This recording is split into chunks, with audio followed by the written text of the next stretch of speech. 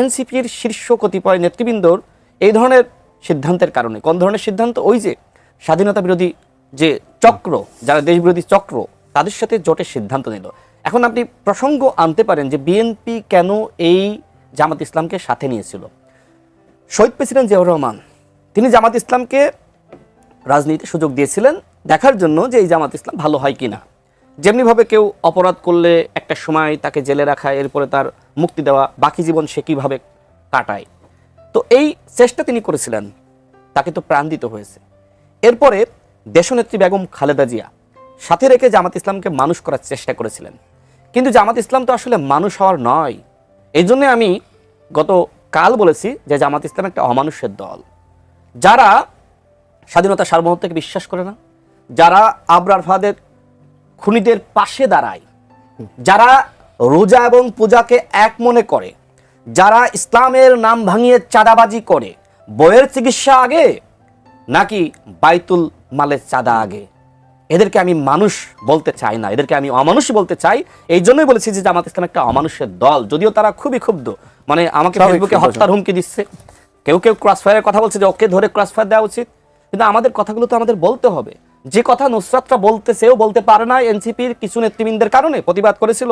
এবং তিনি নিজেই কিন্তু বললেন যে আমি এতদিন আমি নির্বাচনী কার্যকলাপ থেকে আমি পিছনে ছিলাম এবং অনেকে পদত্যাগ করেছে। আজকেও দেখলাম একজন ছাত্রদলের নেতা এনসিপিতে যুক্ত হয়েছিলেন একটি সম্ভাবনা দেখে, যে নতুন নেতৃত্ব বাংলাদেশে পরিবর্তন আনবে, বাংলাদেশের আকাশে বাতাসে সংস্কারের আলাপ, জুলাই সনদ বাস্তবায়নের আলাপগুলো মানুষের কাছে পৌঁছে দিবে। তারা এখন জুলাই সনদ আর সংস্কারের কথা খুব বেশি বলে না, ক্ষমতার কথা। যারা জাতীয় নির্বাচন চায়নি, নাসিরউদ্দিন পাটোয়ারিরা বলেছিল 12ই ফেব্রুয়ারি বাংলাদেশে কোনো নির্বাচন হবে না। সার্জিস আলমরা বলেছিল অন্তর্বর্তীকালীন সরকারের মাননীয় প্রধান উপদেষ্টাকে আরো 5 বছর ক্ষমতায় থাকতে হবে। সে আমরা কিন্তু নির্বাচনটা আদায় করেছি, তারা নির্বাচন চায়নি। এখন তারা প্রতিদিন হুমকি দিচ্ছে যে স্থানীয় নির্বাচনে যদি ভোট কারচুপি করা হয় তাহলে শহীদ জিয়ার সন্তানকে হুঁশিয়ারি উচ্চারণ করছি, হাত ভেঙে দেওয়া হবে। কত বড় স্পর্ধা এই নাসিরউদ্দিন পাটোয়ারি। এর আগে শহীদ প্রেসিডেন্ট জিয়াউর রহমানকে নিয়ে বাজে মন্তব্য করেছিল। একটা গল্প বলি আপনাকে। এই মন্তব্যের পরে যে সময় সারা বাংলাদেশে বিএনপির নেতৃবৃন্দরা প্রতিবাদ করছে, সেই সময় নাসিরউদ্দিন পাটোয়ারি, সেই সময় রমজান মাস, বর্তমানে যিনি স্বরাষ্ট্রমন্ত্রী জনাব সালাউদ্দিন আহমেদকে ফোন দিয়েছিলেন, বলছিলেন ভাই আগামীকাল চাঁদপুরে আমার একটা প্রোগ্রাম আছে, আমার নিজ জেলা, সেখানে তো ছাত্রদল যুবদল তারা তো আমার বিরুদ্ধে ঝাড়ু মিছিল করছে, প্লিজ আপনি শেষবারের মতন একটু আমাকে সেভ করেন, শেষবারের মতন। এরপরে সালাউদ্দিন ভাই তিনি চাঁদপুরের বিএনপির নেতৃবৃন্দকে কল করে বললেন, ছোট মানুষ ভুল করেছে, আশা করি ভবিষ্যতে শুধরে নিবে, তোমরা ও গেলে ওর বিরুদ্ধে কোনো মিছিল টিছিল করো না। হ্যাঁ, আমি শেষ করছি। তো দেখেন, এইটা কিন্তু আমি জানি এবং আমি চ্যালেঞ্জ করে বলছি, প্রয়োজনে এই টকশো শেষে নাসিরউদ্দিন পাটোয়ারিকে আমাদের বোন নুসরাত প্রশ্ন করতে পারেন। তো বিএনপি এতটাই উদারমনা যে নাসিরউদ্দিন পাটোয়ারি যাতে অ্যাসাল্টেড না হয়, এই জন্য বিএনপি নেতৃবৃন্দকে আমাদের বর্তমানে স্বরাষ্ট্রমন্ত্রী হিসেবে বলে দিয়েছিলেন। দেখেন, তিনি হুমকি দিচ্ছেন হাত ভাঙবেন, অথচ তিনি এই কথা বলার পরে ভয়ে তার নিজ এলাকায় যেতে পারছিলেন না। তাহলে এত বড় সাহসী বিপ্লবী যোদ্ধা, জিজ্ঞেস করেন যে কার ভয়? আমি শেষ করি না, কার ভয়ে মানে কি? আপনি যে এখানে সমালোচনা করেন না, আমি তো আপনাকে ওয়েলকাম জানিয়েছি। কিন্তু আপনি যদি এই টকশোতে আমাকে গালিগালাজ করেন, আপনি যদি বিএনপি সরকারকে গালিগালাজ করেন, আপনি যদি মাননীয় প্রধানমন্ত্রীকে হাত ভেঙে দেওয়ার হুমকি দেন, তাহলে কি হবে বলেন? প্রতিক্রিয়া তো যারা রাজনীতি করে তারা তো দেখাতে চাইবেই। আপনি যে সময় গণতান্ত্রিক হবেন, আমিও গণতান্ত্রিক হব, কিন্তু আমি বলি শোনেন, শুয়োরের বাচ্চা একটা পশু না শুয়োর? এখন আমি শুয়োরকে যদি বলি এটা মানুষের বাচ্চা, এটা কি হবে? ঠিক যারা শুয়োরের বাচ্চার মতন আচরণটা করছে, এদের সাথে ওই ধরনের আচরণটা না করলে এই বাংলাদেশের বাস্তবতায় আমরা আপনি করতে পারবেন না। আচ্ছা, এই ভাষা আমার ব্যবহার না করে আমরা আমি এই ভাষাটা আপনি গালিভাবে নিলাম না, দেখেন এটা তো একটা পশু। আমি সেটাই বললাম যে এই যে শুয়োরের বাচ্চা রাস্তা দিয়ে হেঁটে যাচ্ছে, এখন ওইটাকে আমি যদি দেখি যে ওটা মানুষের বাচ্চা হেঁটে যাচ্ছে, এটা কি হবে? ওটা তো শুয়োরের বাচ্চা। আচ্ছা ঠিক আছে, আমরা দেখছি শুয়োরের বাচ্চার মতো রাজনীতি। আচ্ছা, আমরা এই ধরনের ভাষা এখানে প্রয়োগ না করি। আমি কিন্তু বলি না, ঠিক আছে ঠিক আছে, যে শুয়োর একটা পশু। না না, তারপর আপনি মানুষ হয়ে কেন পশুর মতো রাজনীতি করবেন? মানুষ হয়ে কেন আপনি পশুর মতো আচরণ করবেন? আপনি মানুষের মতো আচরণ করবেন, যাতে করে আমি বলতে পারি এই যে মানুষের বাচ্চাগুলো হেঁটে যাচ্ছে। আচ্ছা ঠিক আছে, মানুষের বাচ্চাগুলোর কথা আমরা এই ধরনের ভাষা ইউজ করি। ব্যাখ্যা দিই। আচ্ছা ঠিক, ওকে, একজন দর্শক আছে, ফোনটা একটু নিয়ে নিই, তারপর আসছি আবার। হ্যালো, আসসালামু আলাইকুম। ওয়ালাইকুম সালাম, আপনার নামটি বলে প্রশ্ন করুন।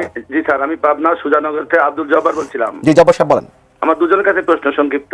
প্রথমে রাসেল সাহেবের কাছে, নবনিযুক্ত সংসদ সদস্য বিএনপি। আমি বলতে NCP চাচ্ছি যে না আমাকে আচ্ছা, আচ্ছা, আমাকে ভেবেছিলেন তাই মানে এমনি নির্বাচিত হব জি বলেন রাশেদ সাহেব শোনেন আমার কথা। হ্যাঁ, বলেন। আপনাদের নির্বাচনের 3 মাস হয়ে গেছে। 3 মাসের মধ্যে আপনারা এই হামের টিকা নিয়ে কি রিয়েক্ট করেছেন, কি রেসপন্স করেছেন, কি ঠিক করেছেন, এটা আপনার কাছে প্রশ্ন। কতটুকু উন্নতি আমরা করেছেন? আর এনসিপির আহ্বায়ক এবং নবনিযুক্ত সংসদ সদস্য নুসরাত নামের কাছে আমার প্রশ্ন, আমরা তো আজকে শুনতেছি যে প্রধান উপদেষ্টা সহ সব উপদেষ্টাকে দেশের বাইরে যাওয়া বাধা এই হামের কারণে। তা আপনারা তো ডক্টর ইন্দ্র সাহেব আসার পর থেকেই দফায় দফা তাদের একই সূত্রে গাথা ছিলেন। আপনারা জুলাই সনদ নিয়ে, আপনারা গণভোট নিয়ে, আপনারা নোট অফ ডিসেন্ট নিয়ে সব সময় আপনারা উপদেষ্টার সাথেই ছিলেন এবং প্রধান উপদেষ্টার সাথে ছিলেন। তা সেক্ষেত্রে আপনি করে তো একবার দায় এড়ানোর মতো কোনো সুযোগ নাই। তখন আপনারা ভালো একটা ফর্মে ছিলেন, বিএনপিও ছিল, জামাতও ছিল, বুঝতে পেরেছি। আমরা এটার উত্তর নেওয়ার চেষ্টা করব। দুটোই হাম নিয়ে নুসরাত তাবাসসুম জব্বার সাহেব পাবনা থেকে ফোন করেছেন। তিনি বলেছেন যে যেহেতু হামের এই যে সংকট, টিকার সংকট সবকিছু মিলে এখন যে অবস্থা, সেটি বলা হচ্ছে যে অন্তর্বর্তীকালীন সরকার টিকা আনেনি, এই জন্য হয়েছে। যেহেতু আপনারা এনসিপি অন্তর্বর্তীকালীন সরকারের একটা সমর্থক ছিলেন, সেই দায় আপনাদের উপর পড়ে কিনা? প্রথমত এনসিপি অন্তর্বর্তীকালীন সরকারের সমর্থক ছিলেন কথাটার মানে কি? বরং ভিজুয়াল বিরোধিতা যেটুকু হয়েছে, সে জুলাই সনদের সই করা নিয়ে বলেন কিংবা আর জানিয়ে, সেটুকু তো করছে বিএনপি, এই এনসিপি। সেখানে তো আমরা বরং বিএনপির সাথে, জামাতের সাথে, বিএনপি কিন্তু নোট অফ ডিসেন্ট দেওয়া আর আগে অনেক বিষয় অন্তর্বর্তীকালীন সরকারের অনেক অপরাধ নিয়ে প্রতিবাদ করেছে। বিষয়টা হচ্ছে 3 মাস থেকে ভোট চাইতে শুরু করা, নোট অফ ডিসেন্ট দেওয়া প্রত্যেকটা পয়েন্টে, তারপরে গিয়ে সই করে আসা। আমাদের বক্তব্য তো খুবই লজিক্যাল এবং খুব লিগ্যাল ছিল যে আমরা যে সমস্ত বিষয়ে এখানে নোট অফ ডিসেন্ট দেওয়া হয়েছে সেগুলোর সমাধান না হওয়া পর্যন্ত, কিংবা ঠিক কিভাবে জুলাই সনদ কার্যকর করবে সেটা নিয়ে একটা সুস্পষ্ট নির্দেশনা না আসা পর্যন্ত সাদা কাগজে সই করবো কিভাবে আমরা, ঠিক না? আর এই থাকে যে সমর্থন করার বিষয়টাতে অন্তর্বর্তীকালীন সরকারের উপদেষ্টা হিসেবে যারা ছিলেন, তার মধ্যে 2 জন ছিলেন ছাত্র প্রতিনিধি। এর বাইরে যারা ছিলেন, কেউ কোনো একটি দলের বন্ধু, মহাসচিবের কলেজ জীবনের বন্ধু, তার একসাথে বসে চা খেতে দেখা যায়। কোনো জায়গায় দেখা যায় যে আরও গভীর সম্পর্ক, কারোর সাথে বৈবাহিক আত্মীয়তা রয়েছে। কোন রাজনৈতিক দলের সমর্থন ছিল না অন্তর্বর্তীকালীন সরকারের প্রতি? এই প্রশ্নটা আমি রাখতে চাই জনগণের কাছে। যদি অন্তর্বর্তীকালীন সরকারের প্রতি আওয়ামী লীগ ব্যতীত প্রত্যেকটি রাজনৈতিক দলের সমর্থন ছিল বিধায় অন্তর্বর্তীকালীন সরকার হতে পেরেছিল, নাহলে তো সরকারই আসতে পারে না ওই মুহূর্তে। আর অন্তর্বর্তীকালীন সরকারের এই দায় উপদেষ্টা পরিষদ থেকে আমাদের সম্মানিত আহ্বায়ক পদত্যাগ করেছেন 6 মাসের মাথায়। আরও একজন যিনি পদত্যাগ করে এসেছেন আমাদের দলের মুখপাত্র, তিনি অন্তর্বর্তীকালীন সরকারের অংশ হিসেবে ছিলেন, এই জন্য তিনি নির্বাচনে যাননি। আর কতভাবে নিরপেক্ষতা দেখানো যায়? এরপরেও এটা একটি রিট হয়েছে। অন্তর্বর্তীকালীন সরকারের যদি দোষ থেকে থাকে শিশু হত্যার পেছনে, আমার মনে হয় না এনসিপি এক ফোঁটাও এটাকে গার্ড দেওয়ার চেষ্টা করবে। বরং আমরা প্রথম থেকে বলে আসছি যে যদি এটার পেছনে, এটার তদন্ত হোক, এই তদন্ত জনসম্মুখে প্রকাশ করা হোক, দোষীদের, দায়ীদেরকে একদম পরিষ্কারভাবে তাদেরকে বিচারের আওতায় আনা হোক। যদি সেখানে আমাদের কোনো সমর্থন পাওয়া যায়, শুধু এই একটা ক্ষেত্রে না, আমাদের প্রত্যেকটা নেতাকর্মী বারবার আমরা বলে যাই, অসংখ্য অভিযোগ নিয়ে আসা হয় প্রত্যেক দিন। ফেসবুকে ঢুকলে অভিযোগ কমেন্ট বক্সে 6 লাখ হয়ে যায়, কিন্তু কোনো অভিযোগের কোনো প্রমাণ নেই, কোনো অভিযোগের কোনো ভিত্তি নেই। আমি বলবো যদি অভিযোগ থেকে থাকে তাহলে বর্তমান তো দেশে নির্বাচিত সরকার রয়েছে, তারা তদন্ত করুক। তারা আমাদের তদন্তকর স্বাধীন, এখানে দুদক রয়েছে, স্বাধীন বিচার বিভাগ রয়েছে, তারা আমাদের নিয়ে নিরপেক্ষ তদন্ত করুক এবং যদি কোনো অপরাধ পাওয়া যায় তাহলে এই ক্যারেক্টার অ্যাসাসিনেশন বন্ধ করা হোক, বিচার করা হোক। শুধু অভিযোগের মাধ্যমে যে চরিত্র হনন হয় সেটার তো কোনো সমাধান দেখা যাচ্ছে। রাশেদ খান, দুজন দর্শক, দুটো প্রশ্ন আছে। একটা হচ্ছে যে হাম নিয়ে এই 3 মাসে সরকার কি করেছে, এবং ওই দিল্লি না ঢাকা, সেই স্লোগান বদলে এখন দিল্লি না আমেরিকা হয়ে গেছে, ঢাকা না আমেরিকা হয়ে গেছে। আচ্ছা, আমি নুসরাতের 2টা বক্তব্য খুবই ভালো লাগলো। সেটা হলো, আমি দীর্ঘদিন ধরে যে কথাটা বলে আসছি যে অন্তর্বর্তীকালীন সরকারের 18 মাসের বিচার বিভাগীয় তদন্ত হওয়া উচিত। এনসিপির একজন উদীয়মান নেতৃত্ব, তার কাছ থেকে আমি একই কথা শুনলাম। আমিও মনে করি যে আওয়ামী লীগের সময়ে যে 16 বছরে দুর্নীতি, অর্থ পাচার, লুটপাট, গুম, খুন, ক্রসফায়ার, এই 16 বছরের তদন্ত সামান্য করেছে অন্তর্বর্তীকালীন সরকার।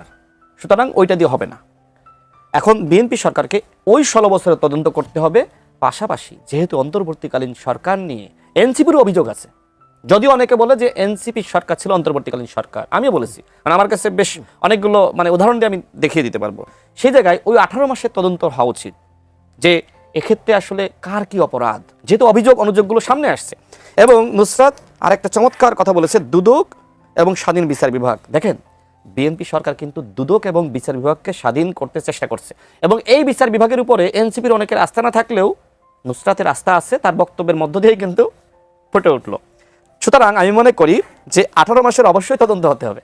কারণ আমার কাছে খুব অবাক লেগেছে হান্নান মাসুদের একটা বক্তব্য শুনে আমার নিজেরই এক ধরনের কান্না পেয়েছিল। ওই গণস্বাস্থ্য হাসপাতালের সামনে সে কিন্তু কেঁদে ফেলিয়েছিল। এরপরে সেই হান্নান মাসুদ কিভাবে আসলে ওই মোহাম্মদপুর থানা থেকে চাঁদাবাজদেরকে ছাড়াইতে গেল আমার খুব কষ্ট লাগে। এবং কি এমন প্রয়োজন পড়লো যে যেখানে বন্দরে নানান ধরনের কেলেঙ্কারি হয়ে থাকে তার মতন উদীয়মান নেতৃত্ব গণ অভ্যুত্থানের নায়ক, তাকে কেন বন্দরের উপদেষ্টা হইতে হবে? এবং ডিসি নিয়োগের সাথে হাসনাত এবং সার্জিসের কতটুকু সম্পর্ক ছিল সেটা নিয়ে কিন্তু যুগান্তরে বিস্তারিত নিউজ প্রকাশিত হয়েছিল। আচ্ছা, আরেকটা জিনিস বলি, যে সময় আমাদের বোন নুসরাত, নাহিদ ইসলাম, আসিফ মাহমুদ, আবু বাকের মজুমদার, তারা যে সময় ডিবির অফিসে তারা নির্যাতন আক্রমণের শিকার হচ্ছিলেন, ঠিক একই সময়ে হাসনাত এবং সার্জিস তারা ওই পুকুর পাড়ে হাঁটছিলেন, ঘুরছিলেন, তারা পাখি দেখছিলেন, বাতাস খাচ্ছিলেন আর জুস খাচ্ছিলেন। এটা প্রমাণিত সত্য। নুসরাত এখানে আছে, তাকে সাক্ষী রেখে বলছি। এখন নুসরাতকে মারছে আসিফ মাহমুদ আর বাকের মজুমদার, নাহিদ ইসলাম, তারা বন্দী, হ্যান্ডকাপ পরা অবস্থায় তাদেরকে নিয়ে যাচ্ছে। অন্যদিকে হ্যান্ডকাপ ছাড়া অবস্থায় পুকুর পাড়ে তারা জুসের দোকানে বসে জুস খাচ্ছে। এই জন্য কয়েকদিন আগে আমি একটা বক্তব্য বলেছিলাম, 19 জুলাই যারা গ্রেপ্তার হচ্ছে, একদিকে কেউ নাহিদ ইসলামকে গুম করেছে, তুলে নিয়ে গেছে, আর অন্যদিকে এরা সরকারের সাথে সংলাপ মারাইতে গেছে। এমনকি এরা আরো দেখেন, এমনকি আপনি যদি আসিফ মাহমুদের বইটা দেখেন সেখানে কিন্তু আপনি দেখবেন আসিফ মাহমুদ বলছে যে 5 আগস্ট বিকালবেলা তারা সেনাবাহিনীর বা ডিজিএফআর গাড়িতে করে যাচ্ছে। ওই সময় আমরা ফোন দিয়ে বললাম তোমরা যদি গাড়ি থেকে না নামো তোমাদেরকে জাতীয় বেঈমান আখ্যায়িত করা হবে। দেখেন 7 আগস্ট একজন ছাত্র উপদেষ্টা আমাকে বলেছিল, ভাই হাসনাত এবং সার্জিস জাতির সাথে বেঈমানি করেছে। এখন যেহেতু একসাথে রাজনীতি করছে, এখন তারা অনেক বিষয়গুলো সামনে আনবে না। আমি এই জন্যই বারবার বলেছি হাসনাত এবং সার্জিস আওয়ামী লীগকে, শেখ হাসিনাকে টিকিয়ে রাখার জন্য কাজ করছিল, আর আমার বোন নুসরাত তারা হাসিনাকে ফেলানোর জন্য কাজ করছিল। গণ অভ্যুত্থানের এরকম ইতিহাস আছে। এখন আমি শেষ বলি যে প্রশ্নের উত্তর জানতে চেয়েছে, সেটা হলো দেখেন আমরা সবসময় ঢাকা বিশ্ববিদ্যালয়ের স্লোগান দিয়েছি দিল্লি না ঢাকা, দিল্লি না ঢাকা। সে সময় নুসরাতও আমাদের সাথে সেই ছাত্র রাজনীতিতে ছিল এবং সেও সাক্ষী। আমরা এই স্লোগান দিয়েছি, এমনকি এই স্লোগান দিতে গিয়ে ডাকসুর ভিপির রুমে, নুরুল হক নূর সেই সময় ভিপি, তার রুমে কিন্তু আমাদের হত্যা চেষ্টা করা হয়েছে। আমাদেরকে রাজু ভাস্কর্যে ফেলিয়ে আমাদেরকে পিটানো হয়েছে। আজকে অনেকে আমাদেরকে বলে যে আমরা কি করেছি 16 বছরে। আরে বেটা, আমি যে সময় রাজপথে ছিলাম তোকে তো ওই সময় দেখাও যায়নি, তুই তো গুপ্ত ছিলি। এখন বড় বড় বিপ্লবী না, কিসের বিপ্লবী তোরা? তোরা যদি বিপ্লবী হতিস তাহলে আমরা যে সময় 12 জন 14 জন মার খেয়েছি, আমরা যখন তোদেরকে ডেকেছি তোরা আসতিস। তো আমরা এই স্লোগান সবসময় দিয়েছি, এখনো আমরা একই কথা বলছি। যেহেতু এখন বিএনপি সরকার ক্ষমতায় এসেছে, সুতরাং বিএনপি ভারতের সাথে সম্পর্ক চায়। কিসের ভিত্তিতে? সম্মান, ন্যায্যতা, ন্যায় বিচারের ভিত্তিতে সম্পর্ক চাই। এবং এই যে বললেন যে ঢাকা না মার্কিন স্লোগান অনেকে দিচ্ছে, শোনেন আমরা চাই পৃথিবীর প্রত্যেকটা রাষ্ট্রের সাথে বাংলাদেশের সম্পর্ক থাকবে, কিন্তু নিজের স্বার্থকে জলাঞ্জলি দিয়ে কোনো রাষ্ট্রের সাথে আমাদের সম্পর্ক থাকতে পারে না। এবং বিএনপি সরকার বাংলাদেশের স্বার্থকেই সবার আগে প্রাধান্য দিচ্ছে, এই জন্য আমাদের স্লোগান সবার আগে বাংলাদেশ। যে পরিষ্কার আসলে এবার পালা নুসরাত তাবাসসুম, কিন্তু তিনি বলছেন যে যদি রাশেদ খান বলেন, আমি আপনার একটু জিজ্ঞেস করব, আপনি ইদানিং যে বক্তব্যগুলো দিচ্ছেন, আমার বেশিরভাগ বক্তব্য দেখা যাচ্ছে প্রচণ্ডভাবে জামাত ইসলামী বিরোধী অথবা নাসিরউদ্দিন পাটোয়ারি বিরোধী বক্তব্য দিচ্ছেন না। এদের দুজনের ব্যাপারে, একটা দল এবং একজন নাসিরউদ্দিন পাটোয়ারির ব্যাপারে আপনি এত ক্ষোভ কেন? দেখেন, আমি তো 2018 সালের পর থেকে সরাসরি ছাত্র রাজনীতি, জাতীয় রাজনীতি করি, কিন্তু আমি এখন যেটা দেখছি যে যেভাবে বিএনপিকে ভিলিফাই করছে কতিপয় ব্যক্তি, তাদের আচরণগুলো আমার কাছে এমন মনে হচ্ছে, যে কারণে কিন্তু আমি আগেই বলেছি যে শুয়োরের বাচ্চার সাথে আপনি মানুষের বাচ্চার মতন আচরণ করতে পারবেন না। সুতরাং তারা যে পলিটিক্সটা বাংলাদেশে করতে চায় সেটার পাল্টা জবাব আমাদেরকে দিতে হবে, কিচ্ছু করার নাই। কারণ আপনাকে থাপড়াচ্ছে, প্রতিনিয়ত গালিগালাজ করছে, হুমকি দিচ্ছে, হাত ভেঙে দিবে, পা ভেঙে দিবে, গণ অভ্যুত্থান ফেলিয়ে দিবে, তখন আপনি কি করবেন? তখন তাদের চরিত্রগুলো মানুষের সামনে আমাদেরকে হাজির করতে হচ্ছে, অন্যথায় মানুষ মনে করবে ওরা যেটা বলছে সেটাই সত্য। দেখেন শেখ হাসিনা বাংলাদেশের বর্তমান মাননীয় প্রধানমন্ত্রীকে নিয়ে এমন কোনো মিথ্যাচার করে নাই। তো এই মিথ্যাচার প্রতিদিন করতো একটা নেগেটিভ বিল্ডিংয়ের জন্য, মানুষের মধ্যে এক ধরনের সন্দেহ ঢুকিয়ে দেওয়ার জন্য।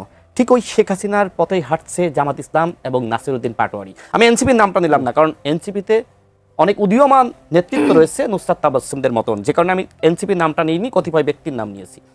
দেখেন, আমি একটা কথা বলেছিলাম যে গাঁজা না খাইলে নাসিরউদ্দিন পাটোয়ারি হওয়া যায় না। শহীদ প্রেসিডেন্ট জিয়াউর রহমান, তাকে নিয়ে প্রশংসা কে না করে? আপনি যদি নুসরাতকেও জিজ্ঞেস করেন, সেও কিন্তু এখানে প্রশংসা করবে। যিনি তাকে পছন্দ করেন না, তিনিও তার দোষ খুঁজে পান না, প্রশংসা করতে বাধ্য হন। তাকে তিনি গালিগালাজ করেছিলেন এই নাসিরউদ্দিন পাটোয়ারি। সেই সময় মাহফুজ চেয়েছিলেন এক প্রকার, এবং কিছুদিন আগে আমি দেখলাম তিনি দুঃখ প্রকাশ করলেন যে আর কখনো এগুলো করবেন না। আবার শুরু করেছেন, এখন আমাদের মাননীয় প্রধানমন্ত্রীকে হাত ভাঙার হুমকি দিচ্ছেন। আরে নির্বাচন করেছে অন্তর্বর্তীকালীন সরকার, যদি তুমি হাত ভাঙতে চাও ডক্টর মোহাম্মদ ইউনূসের হাত ভাঙার হুমকি দাও, কারণ নির্বাচনটা করেছে অন্তর্বর্তীকালীন সরকার। তুমি তো নির্বাচন চাওনি, আমরা তো জানি। সেই তুমি নির্বাচনে অংশ নিয়েছো কোন লজ্জায়? তো যাই হোক, নির্বাচনে অংশ নিয়েছো, খুব ভালো কথা। তাহলে ডক্টর মোহাম্মদ ইউনূসের হাত না ভাঙতেছে, তুমি কেন প্রধানমন্ত্রীকে হাত ভাঙার হুমকি দাও? এই জন্য আমি বলছি যে গাঁজা না খাইলে এইসব কথাবার্তা আসে না। গাঁজা খেয়ে একটা অন্য দুনিয়ায় ভাসে, আর মঞ্চে দাঁড়িয়ে উল্টা পাল্টা আবল তাবল বলে। এই নাসিরউদ্দিন পাটোয়ারি দেখেন, শুরুতে কিন্তু আমি এনসিপির অনেক নেতৃবৃন্দ দেখেছি তার বক্তব্য নিয়ে সমালোচনা করতে, এমনকি অনেকে বলছিলেন যে এনসিপির যে সম্ভাবনা সৃষ্টি হয়েছিল সেটা নষ্ট করেছে নাসিরউদ্দিন পাটোয়ারি। নাসিরউদ্দিন পাটোয়ারি এক সময় ঢাকা বিশ্ববিদ্যালয়ে বাম রাজনীতি করতো, আমরা দেখেছি। সে হঠাৎ করে কয়েকদিন আগে বলল যে সে ওই সময় নাকি শিবিরের রাজনীতি করতো, শিবিরের সাথী ছিল। এই যে গুপ্ত রাজনীতি শিবির করে, তার প্রমাণ তো নাসিরউদ্দিন পাটোয়ারি করতো শিবির, আর ঢাকা বিশ্ববিদ্যালয়ে দেখেছি সে করে বাম। এই জন্য আমি তাকে নিয়ে কথাবার্তাগুলো বলেছি। সে যেহেতু উল্টা পাল্টা বলছে এবং মাতলামি করছে। জামাত শোনেন, 1 মিনিটে শোনেন, জামাত এমন একটা দল, ক্ষমতায় আসার জন্য ইসরায়েলের সাথেও তারা হাত মেলাইতে পারে। আমরা দেখেছি যে বিদেশিদের সাথে বৈঠকের পরে জামাত নেতা তাহের ভাই বলেছে যে আমরা কোথায় বলেছি যে আমরা শরিয়া আইন বাস্তবায়ন করতে চাই, অথচ তাদের আরেকজন এমপি জাতীয় সংসদে দাঁড়িয়ে বলছে আমরা কোরআনের আইন বাস্তবায়ন করতে চাই। আপনার গঠনতন্ত্রে আছে শরিয়া আইনের কথা, আর আপনি বিদেশিদের সাথে বৈঠকের পরে বলছেন কোথায় বলেছি শরিয়া আইন বাস্তবায়ন করতে চাই। এই জন্যই বলেছি জামাত ইসলাম এমন একটা দল যে ক্ষমতার জন্য ইসরায়েলের সাথেও হাত মেলাইতে পারে। এরপরে সর্বশেষ বলি, দেখেন আমার কাছে এখন যেটি মনে হচ্ছে যে ইসলামকে তার এমন দুর্বলভাবে মানুষের সামনে উত্থাপন করছে এবং ইসলামের নাম ভাঙিয়ে এমন